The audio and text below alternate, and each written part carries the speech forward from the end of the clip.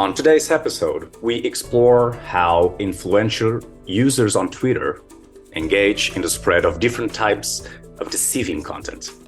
Our guest today, Bak Guldemont from the Wageningen University and Research in the Netherlands, and her colleagues have conducted research that puts these so-called deceitful opinion leaders at the center instead of the content they spread. How do they influence the behavior and attitudes of their followers? How can a small group of deceitful opinion leaders change the norms of conversation on social media platforms? I'm Rodrigo Silva, and today, let's talk about politics and governance. Hi, Bak. Welcome to our episode. Hi, thank you. Thank you for having me. Risking a question that is probably too obvious, why is this topic important? Well, I think it's a good question because it has implications for people using Twitter or social media platforms. So we know that people use social media platforms not only to engage with their friends, but also to learn about the news or about politics. But unfortunately, not all information that can be found on social media is true. There's actually quite an amount of deceiving information that you can find on certain social media platforms. And we call the accounts that spread that deceiving information and the people behind it, we call them deceitful opinion leaders. And in short, you can call them dolls. However, we don't know. So we know that there's a lot of misinformation on deceiving information on social media platforms. But we don't know if that information also has an influence on people that use social media platforms. So speaking for you and me, if we follow someone, does that actually have an influence on our individual behavior? So we don't know if this has consequences. But at the same time, while we were conducting this study, certain social media accounts were being shut down or banned from, for instance, Twitter. So yeah, it's kind of funny because the one hand, we don't know about the impacts that spreading deceiving information has. But on the other hand, social media platforms are making decisions based on something that they don't know. So this is very important to get to the bottom of this. Absolutely. And when you started your research and your colleagues, what were you hoping to find? So what was the research gap? So the research gap is actually twofold, because first we argue instead of looking at the content that is being spread, so we call it deceiving information as like an umbrella term. But in deceiving information, you can think about conspiracy theories, rumors, misinformation, and fake news. So it's really a bridging term. And instead of looking at, so is this piece of information, is this fake news or is it a conspiracy theory? We think that we should look at the people that are spreading this information, because when this information is being spread, someone that is behind an account an account that spreads deceiving information doesn't think about before sending a tweet, hey, should I spread fake news or should I spread conspiracy theory today? So instead of looking at labeling these types of information, we should look at who are the accounts that spread this information.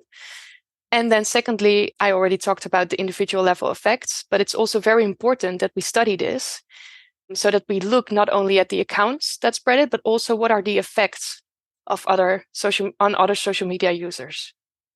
Absolutely. The promising expectations. So let us know now about the findings of your article. So we have two main findings because we also have two research gaps or two questions that we tap into.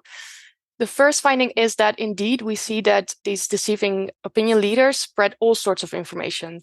So they sometimes they have a preferred or two preferred sources of information that they spread. So when, for instance, someone is really engaged in journalism, then you see that people spread a lot of fake news. So blogs or things that look like an article and have a journalistic format, but the content that is in it is not really true. So that we found that they actually do spread all sorts of information and that it's justified to not necessarily look at the content that they spread, but to put these accounts in the center of attention when conducting research. And the other thing that we found is that indeed, following deceitful opinion leaders has individual level effects on other social media users. So we had three hypotheses. We hypothesized that people would use more uncivil language, would become more effectively polarized, and would talk more about politics than they did before following a deceitful opinion leader. And it's important to remember here that we only used people in our study that followed one of the deceitful opinion leaders in our set. So not all 8, because then you would have different effects, and only new followers. So we looked at 30 days before starting to follow a deceitful opinion leaders, and then compared that to 30 days after people started to following them. And then we saw that people indeed, like all our hypotheses were confirmed. So we saw that people talk more about politics, they become more effectively polarized, and they use more in civil language. So there is an individual level effect. Of course. So all the hypotheses were met. Can you let us know now about how these findings can impact somehow in terms of public policies or individual choice? Yes, I think it's very important for social media companies to be aware of this. When we're recording this episode now, a lot has changed, especially in Twitter, when compared to when we conducted this study, because now Elon Musk is the boss of Twitter, and he's making some interesting decisions. So social media accounts that were purged can now come back on Twitter.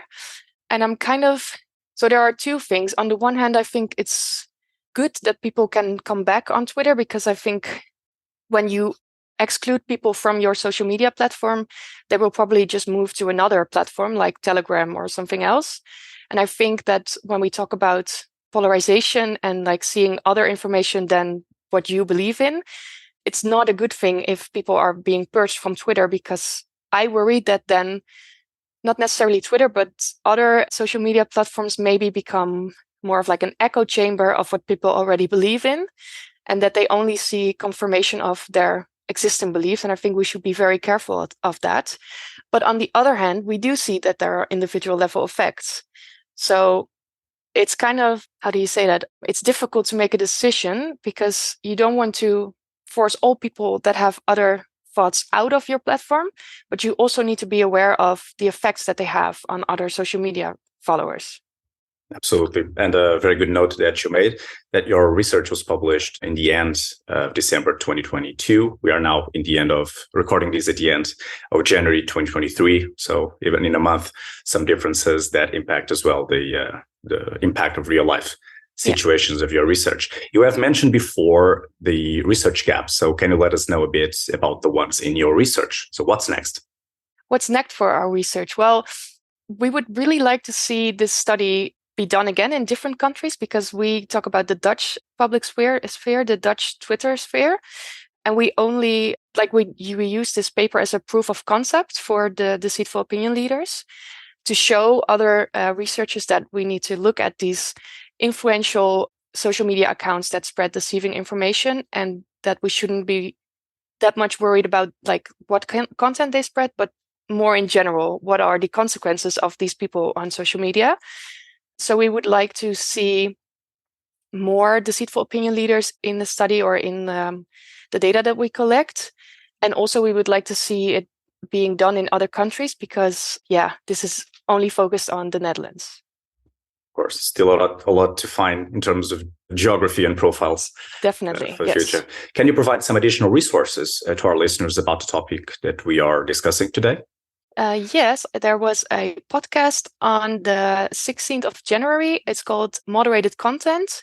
So 16th of January of 2023, where a study of Joshua Tucker and colleagues was discussed by Joshua Tucker himself. And it's about Russian foreign influence in the elections and change in attitudes, polarization, and voting behavior in the States. I think that's very interesting, because it also talks about like the influence of bots. So different than what we talk about, but kind of, I think it falls in the same worry that accounts that spread misinformation have huge impacts. And this study shows different effects. So that might be very interesting. And there's also in Leuven University, there's a PhD student, his name is Darian Harf, and he's studying, he names it social influencers, social media influencers that spread misinformation. But he looks at the impact specifically on youth. So I think that's also very interesting. He looks at, what kind of impact does it have on younger people? And then I have my colleague Lotte Schijver and Emma van der Groot at Wageningen University and the University of Amsterdam. They are working on detecting misinformation on social media. And of course, like this is in very early stages, but if we would be able to detect that and like have classifiers that put banners on information, look out, this is misinformation or deceiving information, that would be very helpful because there are a lot of studies of the effects of fact-checking information. So I think that would be very interesting if we get there. Absolutely. I always like to end our episodes with this question. So if there is anything of this conversation that you want our audience to remember, what would it be? So what's the punchline? Ooh, punchline. Oh, I have to keep it short then. I'll try.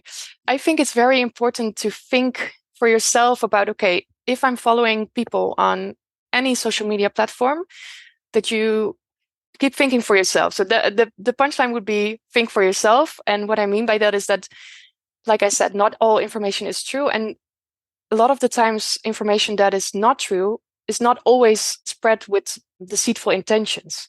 So sometimes someone that you hold, like that you have, that you are someone who is a friend or family or who you think that spreads information that you can trust, might sometimes also spread information that is not actually true. So it's very important, I think, to think for yourself and look information, check information, and keep learning. I think that's very important. Straight to the point.